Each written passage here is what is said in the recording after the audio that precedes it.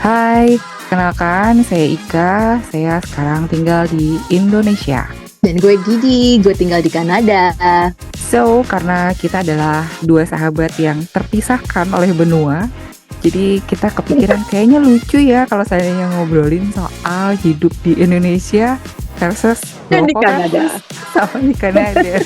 Terus kita kepikiran deh punya podcast buat ngobrolin hidup di sini dan di sana dengan nama AM/PM. Soalnya di sini lagi malam nih. Jadi di sana lagi Pagi. Atau di sini malam, di sana pagi.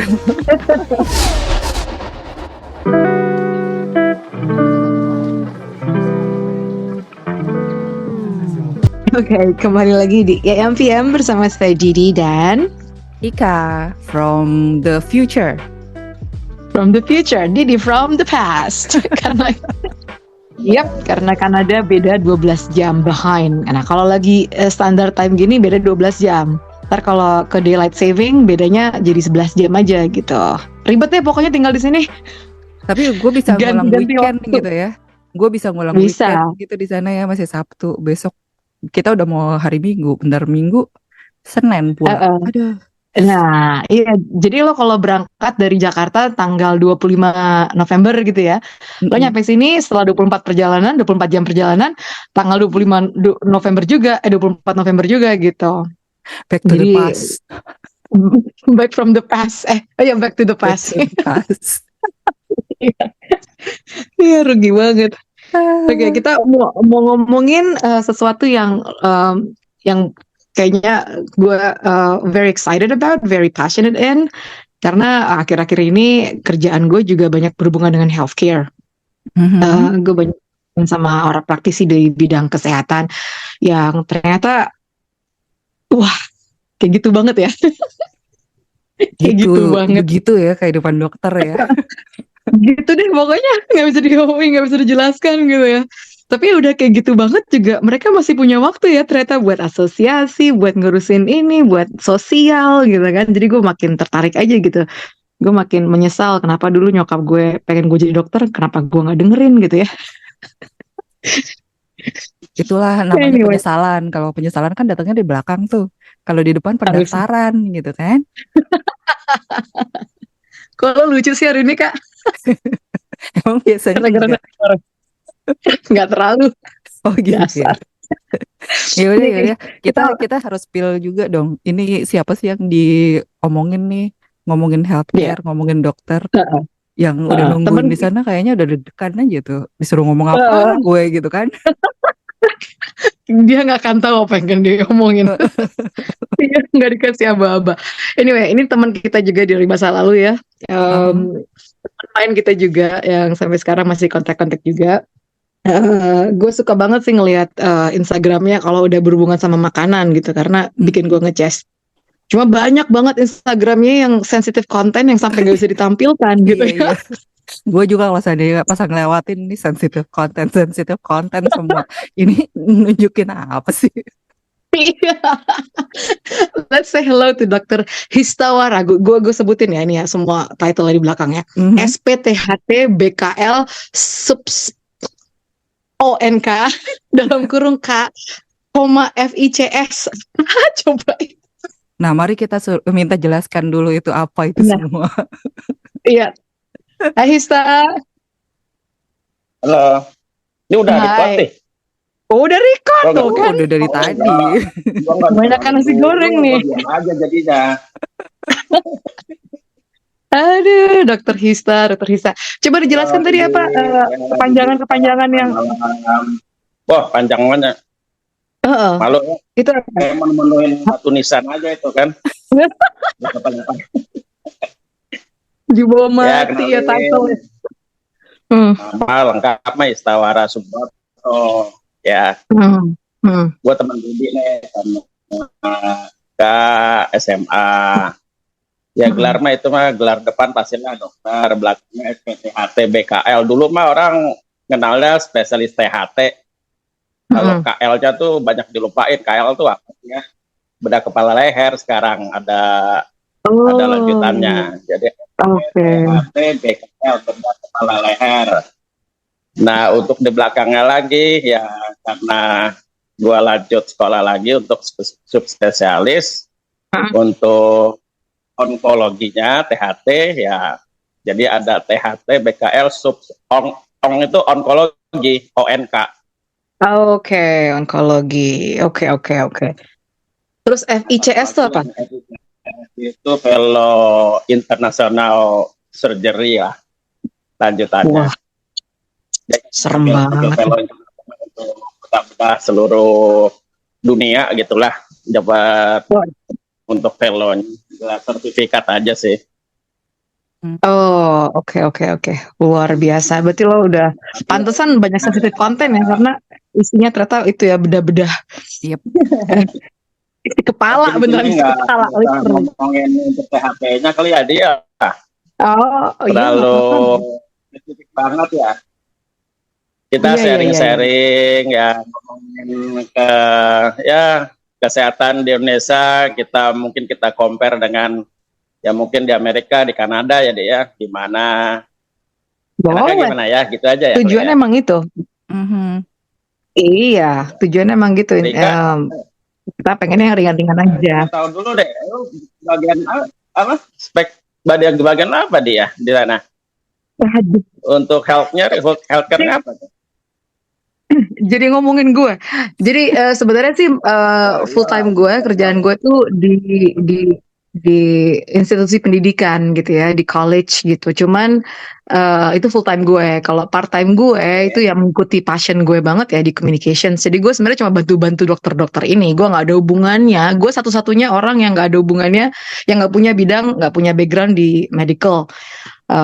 Jadi gue kayak communication assistant. Jadi kita tuh asosiasi untuk dokter di Kanada. Ada satu asosiasi seperti itu yang membership base gitulah, yang mereka harus kalau nggak medical students, kalau nggak fellows atau residents atau memang staff physicians gitu, memang udah staff dokter gitu ya, yang berbasis di Kanada. Gitu. Jadi tahu sih tentang CPSO gitu ya, tentang apa sih yang lo mesti punya college physician registration gitu, jadi tahu. Jadi ya lumayan paham lah gitu. Luar-luarnya doang gitu. Ya sedikit kita tahu kan mau jadi dokter gitu. Iya. Nggak jauh-jauh beda kan? Sedikit ya. Iya, jadi sedikit mengerti. Nah, yang gue paham tentang healthcare karena gue dari sisi pasien ya, gue dari sisi orang yang menggunakan healthcare. Waktu gue nyampe sini sih ada tuh yang namanya health card ya. Jadi semua orang itu setelah menjadi resident di sini atau work permit juga kalau nggak salah udah dapat healthcare. Itu kita dikasih namanya kartu kesehatan kayak BPJS ya kalau di Indonesia ya. Tapi bedanya tuh satu lagi kita mesti harus punya, satu keluarga tuh harus punya namanya family doctor. Ini kan gue juga udah sempat ngobrol nih di beberapa podcast gue kita sebelumnya. Jadi ditunjuk satu family doctor yang sakit nggak sakit tiap tahun lo mesti ketemu gitu. Kalau nggak sakit ya kontrol aja, ketemu sama anaknya. Oh ini udah pertumbuhannya bagus, gini-gini. Kayak kemarin waktu gue mau ke Indonesia juga anak-anak gue ajak, gue lihat oh ya mereka udah sesuai dengan chartnya gini-gini lah pokoknya. Jadi tujuannya healthcare di sini tuh lebih preventif gitu. Gimana caranya biar lo nggak sampai sakit duluan gitu. Nah setelah itu barulah kalau misalnya ada apa-apa, misalnya lo mesti ada penanganan lanjut, misalnya kayak kemarin gue ceklik gitu ya kaki gue pas turun tangga ya, lo mesti ke radiologis gitu kan, lo dicek USG atau apa X-ray gitu-gitulah. Nah itu baru dia akan rujuk ke tempat lain. Tapi semuanya gratis gitu. Semuanya udah masuk bagian dari kita yang bayar pajak mungkin ya. Pajak gue juga tinggi juga. Kayak gitu. Jadi nggak mesti bayar. Lo mau apalah kayak spesialis gitu juga nggak bayar gitu. Itu mungkin yang membedakan sama selama hidup gue tinggal di Indonesia. Kayaknya kita harus ke dokter setelah udah sakit banget gitu. Udah yang parah banget gitu kan. Barulah kita banget ya. Gitu. Nah, kalau gimana tuh masih kayak gitu juga kalau udah di Indonesia sendiri dulu pernah juga tuh ada wacana untuk bikin dokter keluarga tuh sebetulnya cuman nggak berjalan ya karena dulu Iya udah sempat itu kan kita sampai gua itu ada pelatihan dokter keluarga waktu masih dokter umum ya. Itu sempat jalan tuh di puskesmas, tapi nggak tahu ya pemerintah kan ganti-ganti ya kebijakannya. Ya dari waktu dulu sistem akte terus BPJS udah hilang gitu aja tuh, sistem dokter keluarganya udah nggak jalan karena nggak mumpuni juga ya, jadi nggak bisa di kop seluruhnya karena ya mungkin crowded ya, mungkin nggak sebanding kayak di negara maju yang mungkin kapasitas penduduknya itu berbanding dengan kapasitas dokternya gitu loh. Kayak Itu gua yang sendiri betul. dulu kan pernah jadi dokter keluarga, pelatihannya tuh satu dokter itu harus ngekop bisa 25 kepala keluarga. Itu kan mesti rutin dari rumah ke rumah, jatangin itu kewalahan juga, belum harian untuk gua kerja di puskesmas kan waktu itu PTT ya. Jadi nggak apa ya, nggak bisa tertangani semua gitu loh. Lain mungkin di Kanada mungkin bisa satu dokter menangin cuma 3-4 keluarga bisa ke handle gitu. Kamu terlalu banyak penduduknya gitu loh. Itu baru kopnya kop desa, dimana kalau maksudnya penduduk padat banget ya gitu loh. Jumlah dokternya nggak sebanding dengan jumlah penduduk yang harus di handle gitu loh. Iya. Jomplang ya. Apalagi dokter-dokter Gitu lah. untuk kota-kota besar dokternya mungkin banyak, penduduknya banyak juga, tapi tetap aja nggak sebanding lah ininya. Apalagi dokter-dokter di daerah, dari pelosok-pelosok lagi itu makin langka. Betul. Tapi berarti masih kurang lah ya, tenaga medis itu sebenarnya masih kurang banget ya di Indonesia ya, masih kurang belum banget ya. Wow. Ntar dulu deh, gue mau WhatsApp ponakan gue berdiri dokter aja ya. Sekarang kan ya. Lagi mau mikir gue jadi apa gitu ya. Mau jadi pilot, jadi apa. Biasalah kalau orang tua pasti jadi dokter aja gitu. Ternyata memang it's still like an ongoing demand gitu ya. Dari tahun berapa sampai tahun sekarang juga masih kurang aja. Masih, tapi memang pendidikannya juga nggak murah gitu. Jadi orang-orang juga mau jadi dokter tuh masih pada mikir gitu. Ya. Walaupun sekarang tuh universitas-universitas itu sekarang lagi buka tuh fakultas kedokteran. Kemarin sempat rame juga beritanya, cuma gua nggak terlalu ngikutin karena si kakak mau masuk kuliah kan, terus ya mau nggak mau jadi ngeliatin berita-berita universitas-universitas banyak banget yang buka gitu. Lo berapa tahun sih sekolahnya dari mulai pertama kali jebret medical school student gitu ya, year 1 sampai sekarang lo udah punya spesialisasi gitu, coba dijabarkan berapa tahun, bisa nggak? Gue hitung ya coba ya. Untuk gelar sarjana kedokteran itu kita yang kayak sarjana hukum, sarjana teknik, sarjana ekonomi itu 4 tahun. 4 tahun. Itu sarjana baru ya. Kemudian kita ngambil profesi untuk bisa disumpah jadi dokter, namanya koas, itu ngambil 2 tahun lagi. Jadi total itu udah 6 tahun. Itu hanya baru dokter umum. Dokter umum.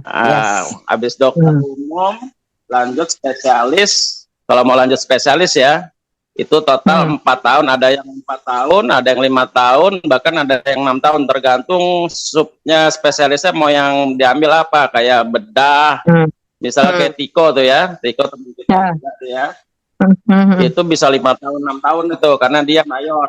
Nah, kalau yang minor itu mata, THT, kulit, patologi klinik, itu average-nya paling 4 tahun sekolahnya. Jadi udah 6 tahun tambah 4 tahun, 10 tahun. 10 tahun. Habis itu lanjut lagi sub. Kalau mau yang subnya lagi nambah lagi 2 tahun. Jadi total sekolah itu dari keluar SMA ya 12 tahun kalau sampai sub spesialis ya. Itu pakai duit semua ya?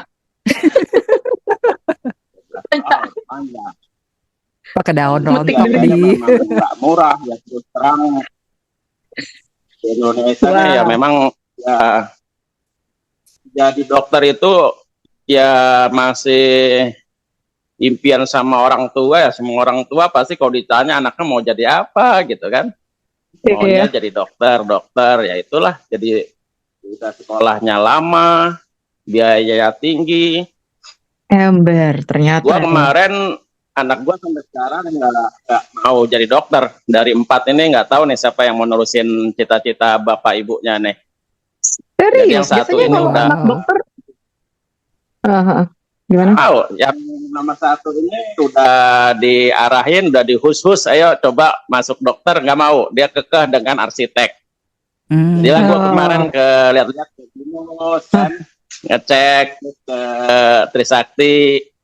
Untuk harga masuk aja itu jomplang banget gitu loh. Kayak ekonomi, hukum, teknik itu biaya masuk, uang masuk itu 18 sampai 20 juta, ada sampai 30 juta, itu paling tinggi. Tapi ketika lu masuk ke dokteran, itu berat 300 juta. Gila, sampai 15 kali dipakai begini.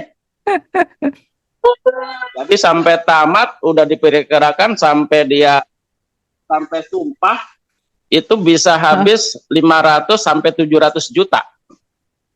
Gila kan? Wow. Benar-benar mahal banget gitu loh. Buat itu di Indonesia ya? Itu jalur swasta. Karena sekarang kan negeri juga nggak kayak dulu kita ya. Indonesia. Jadi jalur-jalur ini kan ada macam-macam nih, jalur penerimaan. Dulu kalau kita negeri kan nggak ada tuh. Kalau kita nggak masuk UMPTN kan, kita udah masuk ke swasta ya. Nah sekarang ini negeri pun bisa buka jalur reguler untuk umum dengan biaya yang seperti swasta. Misalnya UI ya, UI jalur PTN nggak lulus atau PMDK, nanti dia bisa masuk yang kelas swastanya reguler tuh. Harganya bisa sampai 500 juta juga. Gila kan? Wow. Gitu ya. Wow, udah gitu preparation secara finansial ya, secara apa namanya, nggak tahu deh sedahsyat apa ya. Kalau di sini kayak kemarin gue tuh sempat bikin workshop gitu ya. Setiap tahun kita bisa ada programnya tuh bikin workshop buat orang-orang yang mau masuk sekolah kedokteran. Di sini mungkin lebih panjang lagi ya. Kalau nggak salah tuh medical school tuh 6 tahun.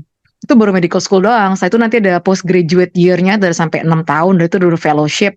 Itu mereka mesti sekolah, mereka juga mesti praktek di udah bisa praktek juga bisa. Udah bisa praktek, tapi mereka harus di universitas gitu, misalnya di UBC, di University of British Columbia atau di UofT gitu. Jadi mesti harus tetap di universitas tertentu gitu, belum bisa keluar, belum bisa register practice gitu. Nah setelah itu baru mereka jadi staff physician beneran, baru mereka bisa ke klinik-klinik. Tapi preparation untuk masuk jadi sekolah dokternya aja, bukan dengerin ya sampai berapa jam tuh, 3 jam tuh workshopnya. Bengong gue dengernya. Jadi kalau dari Kanada sendiri, mereka sebelumnya harus punya bachelor dari background yang berhubungan sama healthcare, medical. Itu bisa biotech atau apa, banyakan sih biotech ya. Itu 4 tahun tuh bachelor. Setelah itu baru masuk ke medical school 4 tahun. Jadi 8 tahun sendiri tuh kalau Kanada untuk bisa jadi lulus jadi bachelor di sana, kayak lo di sana kayak apa 4 tahun itu. Nah setelah itu baru masuk spesialisasi postgraduate itu. Ada yang family medicine atau ada yang obgyn atau apalah, OBGYN seperti itu, terserah. Itu 6 tahun sendiri tuh. Terus nanti setelah itu fellow. Dan 14 lo ngitungin ya. Dan 14. Setelah itu baru jadi dokter gitu, staff physician judulnya. Yang harus gitu deh. Jadi setelah postgraduate jadi fellow dulu ya. Fellow sampai berapa tahun tuh? Nah, gue nggak tahu tuh. Kayaknya itu tergantung infinite. Rumah sakit. Tergantung kosongnya rumah sakit ya. Tergantung kosongnya rumah sakit. Ya 14 tahun lah kurang lebihan. Plus fellowship-nya.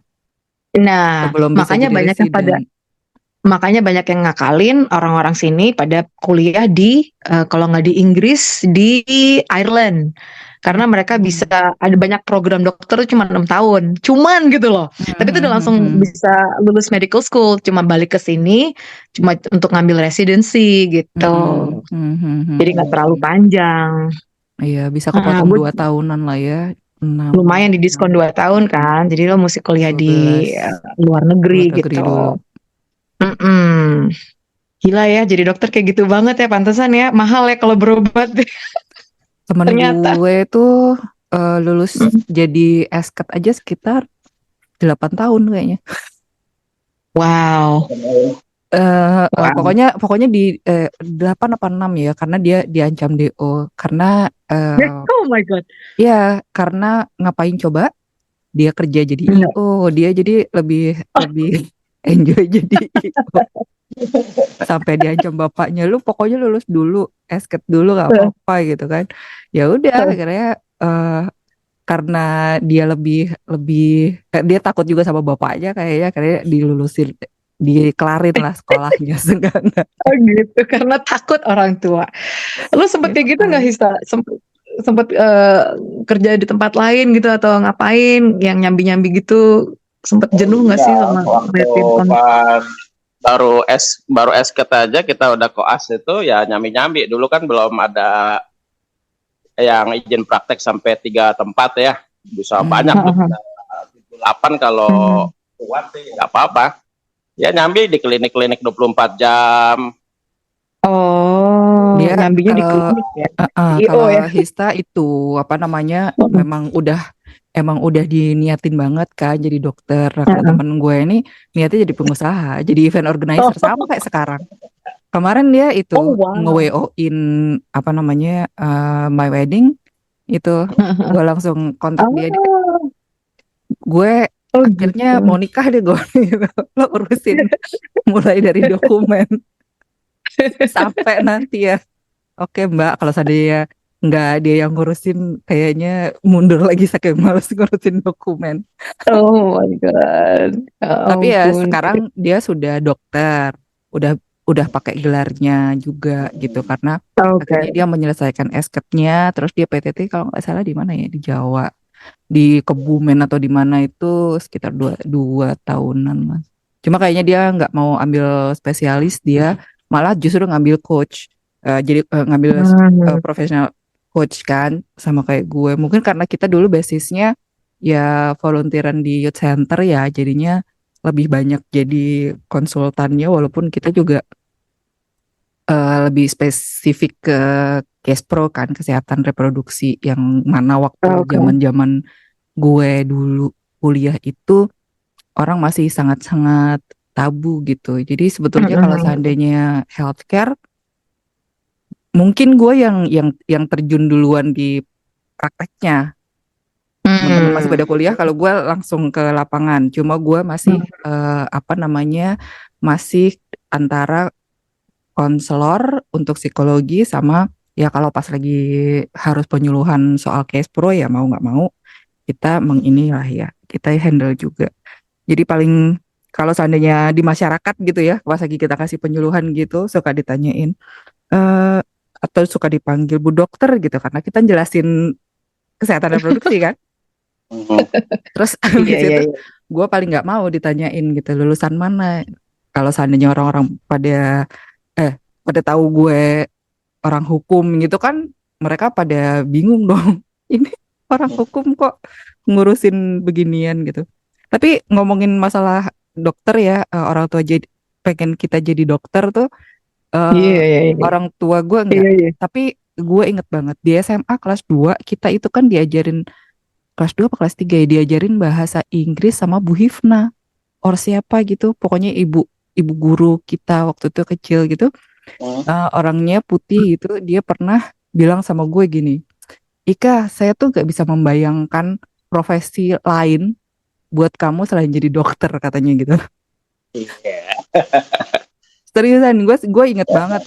Tapi masalahnya gue waktu itu langsung menolak dengan mentah-mentah. Enggak lah, aku kan pengennya jadi psikolog dari dulu. Soalnya serius kan, Ika kan tambah-tambah serius, belajar. Ika kan kayak kutu buku kan, dulu kan. Kenapa? Itu kan namanya kayak kutu buku kan. Iya, kacamataan dulu kan. Kacamataan gitu ya. Ngobrol gue gak mau. Jadi psikolog maunya gitu. Tahu-tahu kepleset jadi sarjana hukum, gue juga bingung.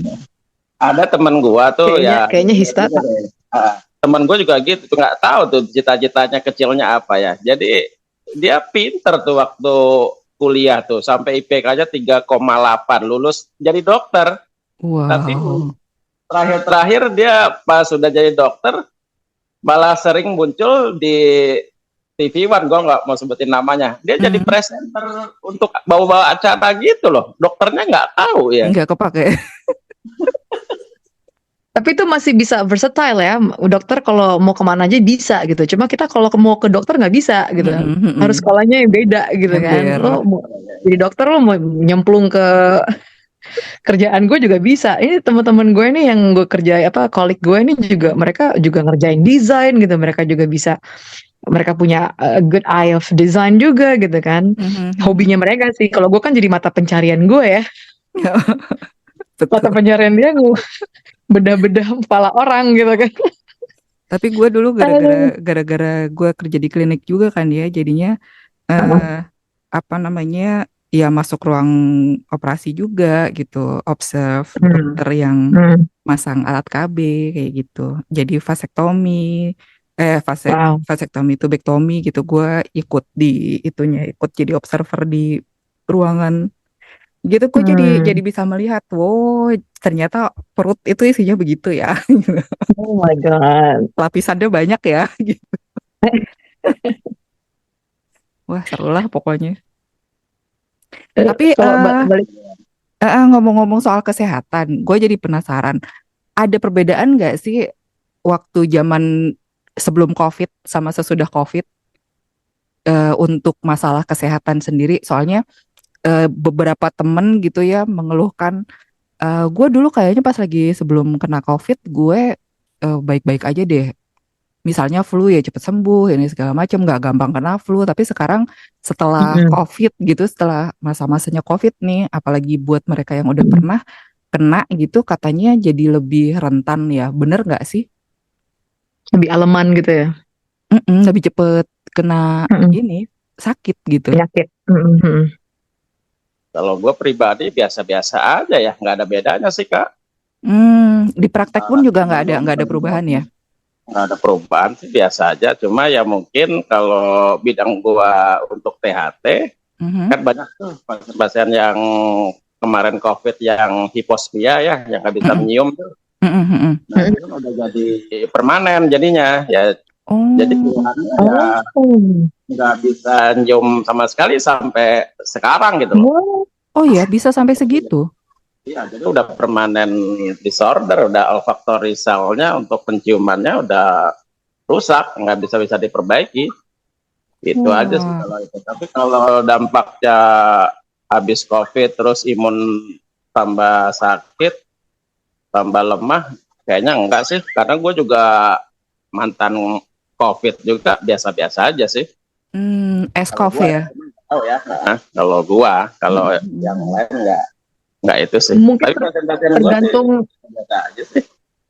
tergantung kena COVID-nya kapan kali ya. Kalau pas yang lagi pertama-tama kan kayaknya kan lagi berat-beratnya ya, sampai pada di rumah sakit gitu-gitu. 2019 yang lagi puncak-puncak kalau gue kan kenanya pas yang 2021 ya, udah yang COVID generasi keberapa gitu ya. Jadi mungkin makin ya, sekarang juga masih suka juga sih kayak gitu. Cuma nggak yang punya apa sih emang fog atau apalah yang sampai ke letih sampai berlebihan gitu loh, yang sampai gitu. long COVID gitu lah. Enggak ngalamin juga banyak di 2019 itu kan pasien-pasien gua tuh. Itu yang permanen tuh banyak loh. Jadi sekarang ya cuci hidung juga nggak banyak atau nggak ada perubahan. Jadi permanen memang. 2019 mah belum atuh. 2020, 2021 yang Delta itu kan. 2019. Namanya juga COVID-19. Awalnya kan 19 sebenarnya. Enggak kok, gue tuh 2020 tuh masih sempat ke Jepang, terus habis itu turun balik ke Indonesia 2020 Maret itu baru di close bukan sih? Iya 2000 yang puncak 2021 ya. 2021 ya yang Delta itu. Iya puncaknya ya. Delta, yang Delta ya. Iya. Itu kalau yang udah sampai nggak bisa nyium lagi permanen gitu, nggak ada terapinya sama sekali apa gimana tuh? Ada, cuma kalau kita udah terapi sampai sekian bulan nggak ada progresnya, ya sudah kita putuskan ya no respon jadinya. Ya udah dengan hari-hari dengan memakai hidung yang nggak bisa membau dia. Ya ampun, sedih juga ya dia. Jadi hilang juga kali ya. Rasa gimana rasa? Iya, kualitas hidupnya jadi terganggu lah. Yang lebih bahaya kan kalau yang penciuman ini, kalau kita di dapur ada gas bocor, kita nggak ngerti kan, main korek api aja kan bisa bahaya itu. Iya. Gue cuma mikirnya bahaya banget ya, ada yang goreng tempe gitu nggak bisa kebau enaknya gitu kan, bahasa banget. Feel tes untuk lidahnya juga perasaannya jadi nggak bisa bedain bau tempe, bau ayam, nggak enak juga, makan nggak enak ya, nggak ada rasa aja gitu, hambar. Ya ampun, jadi ngaruh juga ke rasa, indera pengecapnya nggak keluar gitu juga. Ada yang pengecapannya terganggu juga, ada yang enggak, hanya cuma hidungnya aja. Oh wow. Cuma kan kalau seandainya lo nggak bisa membau sesuatu itu biasanya suggestively gitu, jadi nggak enak juga kan. Betul. Pas COVID itu keluhan gue hiposmia loh, nggak bisa, anosmia malah nggak bisa nyium sama sekali. Sampai kaget gue kan, gue pilek kok pas mandi kok sabun nggak wangi gitu. Gue cium-ciumin tuh minyak parfum kan, nggak wangi juga, panik gue, langsung cuci hidung, langsung minum antibiotik. Waduh. Isolasi ini di rumah. Seru nih. Ya. Ini coba di highlight ya. Dokter ternyata bisa panik gitu ya. Gue pikir cuma pasien doang gitu kan. Ternyata dia bisa panik juga. Lo kalau lagi panik gitu lo kemana tuh? Google, ke Mbah Google atau tanya ke dokter atau buka buku catatan zaman kuliah atau gimana? Obatin sendiri aja, Di. Enaknya gitu ya dokter. Ada obat, obatin sendiri. Nah, THT kan paling risky ya. Gua ambil di apotek cairan infus buat cuci hidung, spet kan. Gue beli antibiotik, apa yang biasanya kan antiviralnya juga gue beli, gue minumin vitaminnya, udah di kamar isolasi sendiri. Rasa 3 hari udah mulai enak, bisa nyium, aman nih. Gitu, terjawab sudah lah pertanyaan gue selama ini. Dokter tuh malah lebih panik lagi, udah tahu gejalanya, begini-gini, jangan-jangan, soalnya biasanya kan yang terpikir itu justru yang paling buruk gitu biasanya. Dia tahu ya. Betul, karena dia kan berdasarkan symptoms ya. Kalau dokter kan, ini symptomsnya ini, terus dirangkai-rangkai sendiri ya. Lo juga pernah kena di sana, Di? Pernah 2 kali dong, bangga gitu. Oh gitu, S2. Gua doang berarti yang waktu pas COVID di Kanada banyak yang meninggal, Di, korban tuh. Banyak banget, banyak yang awal-awal tuh yang parah juga kan. Tuh sampai, tapi alhamdulillah ya sampai nggak separah Indonesia ya, sampai pakai apa sih namanya, di luar gitu, sampai keluar gue lihat tenda-tenda gitu kan gitu. Sampai tenda-tenda gitu. Enggak sih, gue enggak, kita nggak separah itu sampai di rumah sakit, cuman ya banyak juga sih. Dan mereka kalau waktu apa ya sama lah kayak gini, temen gue nih pas lahiran gitu ya, pas zaman COVID gitu, jadi nggak boleh sama sekali ditengok gitu lah, sampai lama lah imbasnya gitu. Iya. Tapi kita ini kayaknya di Amerika apa cuek-cuek aja ya, kayak orangnya ya. Kadang ada yang nggak pakai masker gitu ya. Oh iya, masih kayak gitu. Amerika gitu loh ya. Yang paling ini, kalau kita yang paling kayaknya yang salah satu bagian dari negara maju juga nih ya, perks-nya being in the developed country juga, fasilitas kayak waktu COVID itu yang namanya PCR tes atau apalah gitu ya, itu drive thru kan, kita bisa drive thru. Itu juga semuanya gratis, nggak bayar sama sekali, cuman lo kadang-kadang gue cuman mesti making appointment gitu ya, pakai app gitu, terus nanti datang. Kalau nggak sama sekali, kayak gue lagi pernah pokoknya kalau udah pusing dikit, sakit batuk dikit, langsung panik gitu kan, langsung udah nyetir sendiri gitu. Orang yang bingung, lu nggak apa-apa gitu, nyetir sendiri gitu. Kalau lu gelingan gini gitu, sampai dia yang sampai takut gitu kan. Nggak apa-apa, is okay gitu. Nanti hasilnya baru dikeluar. Nah, setelah itu kita dikasih yang apa? Yang kita bisa tes antigen sendiri di rumah. Itu gratis juga tuh, dikasih di grocery stores gitu kan, tinggal ambil sendiri. Jadi anak-anak gue udah tinggal gue colok-colok aja tuh hidungnya gitu kan, kalau udah batuk-batuk dikit gitu kan, colok-colok gitu. Ya udah, gitu aja sih. Itu yang salah satu benefitsnya tinggal di sini. Itu sebetulnya sama kayak tapi di Semarang kalau udah positif ya, kayak jadi gue berempat keluarga inti itu nggak ada yang kena.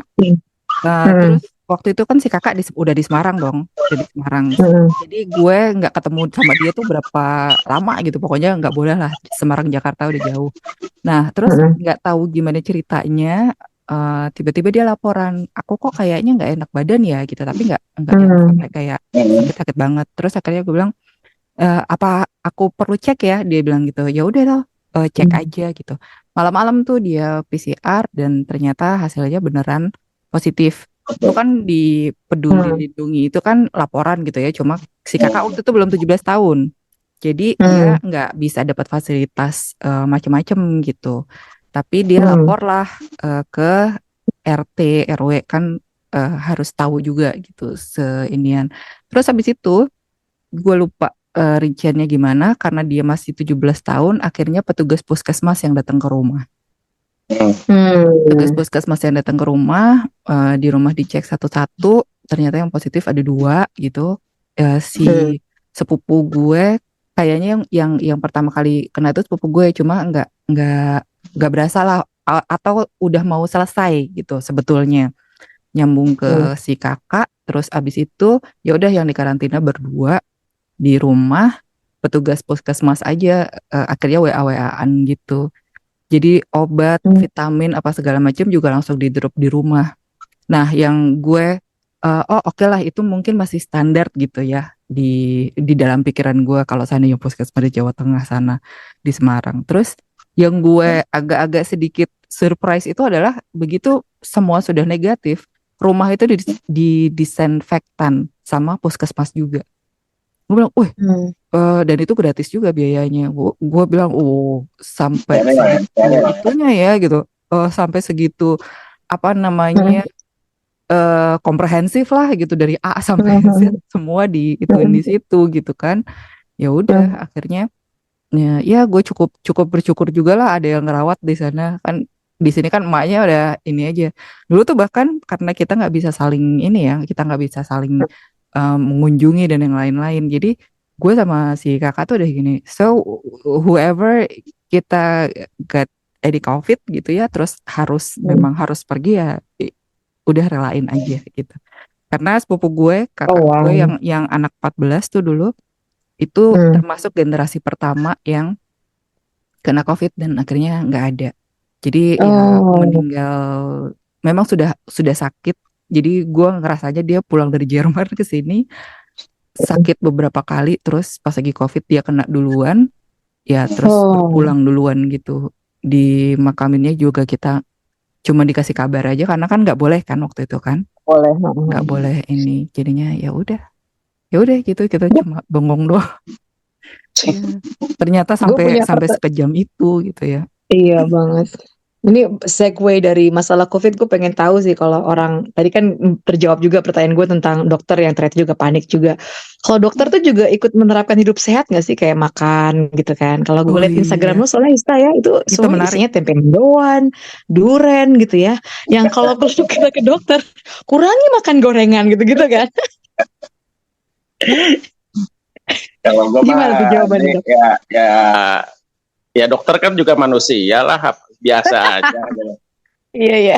Ya kalau masalah untuk kasih suggestion ke pasien kan ya tetap kita cara protapnya kan ya begitulah, ABC ya, Indonesia Raya aja begitu. Pak jangan ngerokok ya gitu. Nanti Bapak memang nggak ngerokok itu mungkin muda itu 10 tahun nggak akan terasa, ntar udah 20 tahun nah timbullah tumor pita suara serak lah macam. Ya edukasinya begitu Indonesia Raya. Tapi banyak juga dokter yang ngerokok. Gitu. Bapak udah kolesterol udah sekian gitu, jangan makan itu. Dokter sendiri ya makannya di pinggir jalan, makan gorengan, kan enak memang. Ember. Iya, tapi dia masalahnya kalau dokter punya obatnya sendiri, nih tinggal ngambil ya. Yang itunya nilai lebihnya kan kalau dokter misalnya kalau udah ngerasa kok pusing ya gitu, misalnya cek lab kan kolesterol berapa ya, kalau udah tinggi dikit bisa ngobatin juga, belilah simvastatin gitu kan, minum sehari sekali ya kan. Itu udah bisa diatur ya. Masalah kalau yang orang masyarakat kan nggak paham ya, jadinya ya dia makan sembarangan sampai over kan, ya udah kita nggak bisa ngobatin segala macam. Lu caranya jadi gimana tuh caranya selain ngurangin gitu ya makanan atau ngerokok gitu yang akhirnya bisa mengganggu pita suara, caranya gimana biar sampai orang nggak ketemu lo gitu? Mana ya, karena biasanya yang kalau gua sub onkologi rata-rata umumnya pasien tuh udah datang ke gua udah stadium lanjut jadi ya dengan tumor. Jadi ya nggak bisa kita preventif itu ya jauh-jauh tahun gitu loh. Jadi waktu mudanya dianjurkan yang nggak merokok. Ya paling edukasi ya seperti iklan-iklan rokok lah, jangan merokok, nanti akan kena tumor pita suara gitu. Tapi ya tetap yang nggak gitu dilarang kan. Oke. Oh, baru tahu gue pita suara tuh bukan karena suka teriak-teriak atau apa gitu ya, tapi karena dari asap rokok juga ya. Bisa, ya nggak mesti. Jadi kan suara serak itu kan banyak kausanya, banyak penyebabnya ya. Salah satunya tumor pita suara, terus ada infeksi, atau ada tumor jinak kayak polip atau nodul pita suara, macam-macam, atau ada kelumpukan pita suara akibat komplikasi operasi tiroid segala macam, atau ada kelainan otak kan. Jadi banyak sebenarnya. Kalau untuk penyanyi gitu kan suka suara keras, itu mungkin hanya infeksi saja karena trauma ya, karena suara berlebihan. Trauma berulang, jadi suara berlebih bisa. Jadi harus satu-satu. Kayak ini ya, kayak siapa tuh yang main Top Gun, tau nggak? Val Kilmer kan dia juga kena kanker throat leher. Itu beda ya, tenggorokan sama pita suara beda ya? Tenggorokan, pita suara bagian dari tenggorokan. Oke. Jadi sama sebenarnya. Ya. Oke. Wow.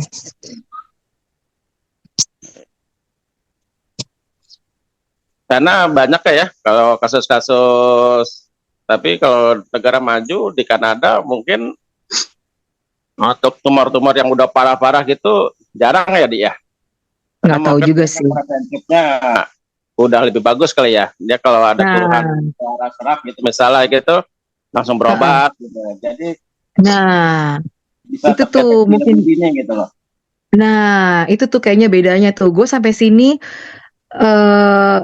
ternyata mereka tuh punya record gue ya, Ministry of Health tuh sampai ngirim surat gue berkali-kali, kamu belum pap test ya? Gitu kan. Kok tahu ya gue belum pap test ya? Terus akhirnya begitu gue pap test di Family Doctor gitu, gue baru dikirimin surat nih, hasil kamu gini. Nanti kamu berikutnya pap testnya tanggal segini. Gitu loh. Jadi memang kayaknya itu bedanya.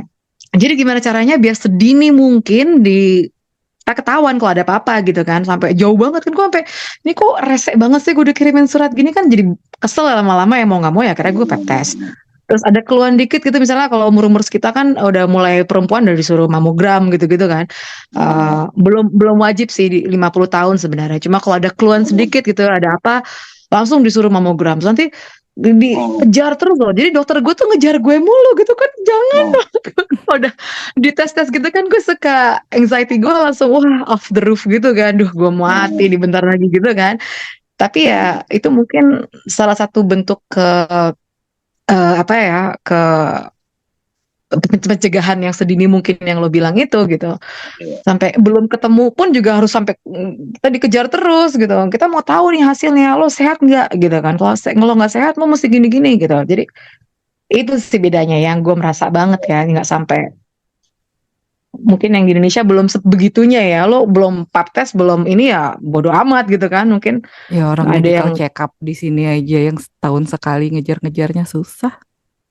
Gimana mau dikasih inian gitu. Karena Itu kan check upnya bukan mandiri, biasanya minta gratisan dari PT kan, perusahaan. iya, itu pun juga baru perusahaan aja. Perusahaan yang udah dibayarin buat orang-orang yang memang udah peduli gitu ya dan punya lebih banyak tahu, itu mereka akan lebih aware gitu. Mereka akan lebih gampang. Nah, cuma buat orang-orang yang ya kayak misalnya lo tadi gitu ya. Kita itu kan kita tuh sudah dari dulu doktrinnya masalah kesehatan itu kan emang sangat kurang gitu ya. Jadi apalagi dokter tuh masih dipakai sampai sekarang buat nakutin anak kecil yang nggak mau makan kan gitu. Jadi benar-benar. jadinya kita punya stigma sendiri terhadap masalah kesehatan. Kita bahkan kita ngerasa sakit aja, kita pengennya kita nggak usah ke dokter karena takut gitu kan, takut dapat vonis diagnosa yang kita nggak mau dengar sebenarnya gitu. Jadinya akhirnya kita ya boro-boro tahu stadium berapa ya segala macam. Padahal kalau seandainya udah stadium lanjut 3, 4 itu memang pada akhirnya mau nggak mau ke dokter. Kalau stadium 1, 2 gitu kadang-kadang masihnya ke dukun kan gitu. Alternatif gitu. Ntar dokter ke bagian yang susah-susahnya. Bener nggak? Iya, benar. Jadinya ya kayak gitu. Even jadi orang-orang suka pada ngelucu-ngelucu gitu ya. Ada apa namanya orang hamil gitu kan, padahal kalau seandainya hubungan tuh pakai kondom gitu kan, terus dia protes tuh ke dokternya, kok saya masih bisa hamil sih gitu kan. Ini bercandaan gitu kan di anekdot gitu, kok saya masih bisa hamil padahal saya udah pakai kondom loh. Ya kan memang nggak 100% mencegah kehamilan gitu ya, abis licin sih katanya gitu kan. Loh kok bisa licin? Emang gimana? Iya kan saya pakainya sesuai yang ditunjukin sama itu Bu Dokter waktu itu. Kan dipakainya di jempol kan gitu. Karena ya kita emang masa harus menunjukkan di sesuai tempatnya kan nggak mungkin gitu kan ya. Tapi buat gue itu bukan lelucon. Karena memang ada yang begitu. Gue ketemu di Jepara waktu itu. Jadi Oh my God. gue kan harus ngedampingin apa namanya outreach ya tadi dokter itu kan nggak banyak, bidan juga walaupun di Jepara yang di Jawa nih ya itu juga udah sedikit lebih banyak daripada yang di Sumatera dan yang lain-lain, tapi petugas itu juga tetap aja untuk pergi ke tempat-tempat yang jauh-jauh tuh masih susah gitu, akses transport apa segala macem, even ke puskesmas mereka juga rada-rada malas. Akhirnya karena kita bukan swasta sih ya, kita NGO, kita punya yang namanya orang-orang petugas outreach gitu ke lapangan. Kita bekalin hal-hal yang praktis lah ya buat ini. Terus juga dari BKKBN tuh ada yang namanya penyuluh lapangan. Mereka nunjukin cara pakai kondom kan harus di jari dong. Masa iya di ini? Karena orang-orang lihat dildo kayu itu atau lihat alat peraga ya. Itu tuh juga masih gimana gitu. Ya gitu, dipakainya di jempol gitu kan. Terus pakai pil KB itu, saya pakai pil KB kok malah jadi hamil juga ya. Emang pakainya kapan? Ya kalau suami saya pulang melaut, saya baru minum pil KB terus berhubungan gitu. Padahal kan ya pakainya nggak begitu gitu kan ya. Karena pil KB yang ini kan harus teratur. Ya jadinya ya begitu. Jadi jauh. Berarti ujung-ujungnya memang pendidikan ya, yang pendidikan yang di bawah standar ya begitu jadinya. Betul. Jadi kebayang kan kalau seandainya misalnya gue tahu-tahu dapat apa namanya? Gue juga dapat tuh lo udah pap smear belum? Lo udah ini belum? Tapi dari mana? Dari laboratorium yang menawarkan diskon gitu. Oh, suruh bayar. Iya, of course lah. Di sini mana ada yang Oh. gratisan gitu. HPV aja juga kan baru vaksinnya juga baru gratis tuh baru sekarang juga karena ya itu tadi pendidikannya masih awam banget gitu kan ya. Terus kemampuan orang-orang untuk menyerap pengetahuan itu juga masih belum standar lah gitu. Stigmanya nggak akan masih belum apa ya. Gua tuh jadi ketemu di lapangan itu awal tahun 2000-an. Sekarang tahun 2020 aja gue masih lihat yang kayak gitu juga pada akhirnya ternyata diceritain sama dokter yang baru gitu ya. Gue nemu juga tuh di Twitter, oh itu bukan bercandaan, itu beneran. Itu tahun 2023 sekarang. 23 tahun aja Wow. ternyata masih ada yang begitu kan. Berarti bisa di lapangan kalau ketemu pasien pasti aduh sabar gitu ya. Dokter Indonesia lebih sabar ya sebenarnya ya. Nanganin orang yang ngeyel-ngeyel gitu. Wow. Menurut gue lebih jago ya. Apanya? Dokter-dokter luar tuh lebih jago gitu kan. Lebih pinter, gitu lah. Tapi masyarakatnya juga lebih educated masyarakatnya kan? Lebih educated. Lebih mudah dikasih tahu. Lebih enak. Setara lah. Kalau di sana kan lo pasti lo gergetan banget gak sih, lo dikasih tahu nggak merokok, masih ngerokok, ya udah gitu kan. Terus biasanya gimana tuh kalau prognosisnya tuh kalau misalnya udah kena sampai stadium lanjut gitu tuh gimana tuh biasanya masih bisa? Emang Bonam bagus, malam malah ya. Kalau dibilang malam ya kita nggak bisa itin juga Tapi hampir semuanya kalau penderita kanker itu memang tidak lepas dari kata ujung-ujungnya malam. Karena prognosisnya itu kita kan ada namanya survival rate-nya gitu loh. Suatu kanker ganas itu pasti akan tumbuh lagi gitu loh. Walaupun udah dinyatakan misalnya sudah habis, sudah pasca radio kemoterapi, complete respon, udah bagus. Nanti dia akan di follow up tuh. 5 tahun dia residif lagi, tumbuh lagi kan. Nanti sinar lagi, kemo lagi, radioterapi lagi. Entah 10 tahun begitu lagi sampai ujung-ujungnya kadang dokter kayak gua nih terima WA dari keluarga, bapak ini udah nggak ada Pak Dokter kan. Ujung-ujungnya hanya untuk memperpanjang masa hidup dia. Tindakan seperti itu loh. Memang walaupun stadium 1 gitu kan, stadium dini juga begitu, hanya memperpanjang aja, mungkin dia bisa hidup sampai 20 tahun ya. Tapi kalau stadium 4 tahun udah pass away kan. Tapi kalau udah kita bicara kanker memang nggak bisa sih kita, karena memang nggak ada cure, nggak ada pengobatan yang maksimal gitu, yang pasti itu. Iya. Beneran nggak sih? Maksud gue kita udah bisa ngirim orang sampai ke bulan gitu ya, udah bisa ngapa-ngapain. Penyakit banyak yang udah bisa ada vaksinnya. COVID pun yang baru-baru juga ada vaksinnya. Kanker kan udah termasuk lama ya. Beneran gak ada cure-nya tuh? Apa cuma permainan? Kadang-kadang gue suka gemes gitu loh. Really? Kalau bidang gue kan head and neck ya, jadi kepala leher. Sampai sekarang ini memang, yang terus terang memang nggak ada obatnya gitu loh. Dan masih terus diteliti yang namanya, mungkin lo dengar target terapi, imunoterapi, radioterapi, itu berkembang terus tuh ilmu kayak itu loh. Jadi riset sampai seluruh dunia juga akan mengembangkan itu untuk menemukan cara jitu untuk menghancurkan sel kanker yang benar-benar mati gitu loh. Kalau untuk enak ya, tapi kalau untuk yang pernah gue belajar untuk serviks ya, kanker serviks, kanker rahim itu memang sampai sekarang udah ditemukan obatnya, bahkan sudah dibikin vaksinnya. Pernah dengar vaksin untuk kanker serviks? HPV. Heparix kan.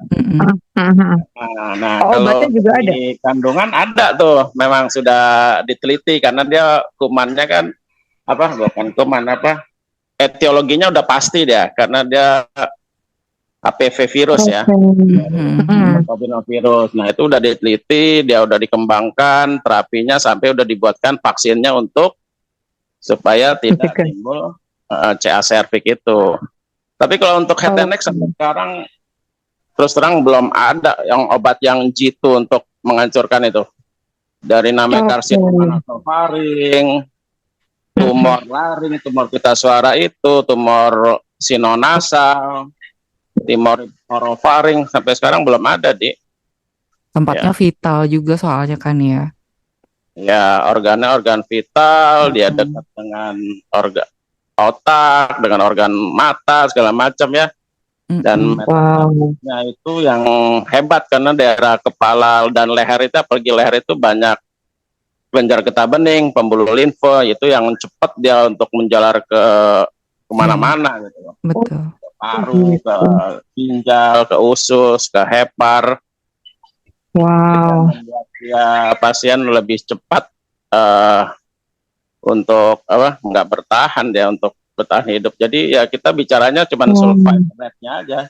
Oh, karsinoma nasofaring nih masa hidupnya kurang lebih ya diteliti itu 15 tahun kalau stadium dini. Tapi kalau stadium lanjut datang ke kita udah sulit, paling masa hidupnya 5 tahun. Tumor laring, tumor pita suara atau tumor tiroid yang jenis begini masa hidupnya 3 bulan.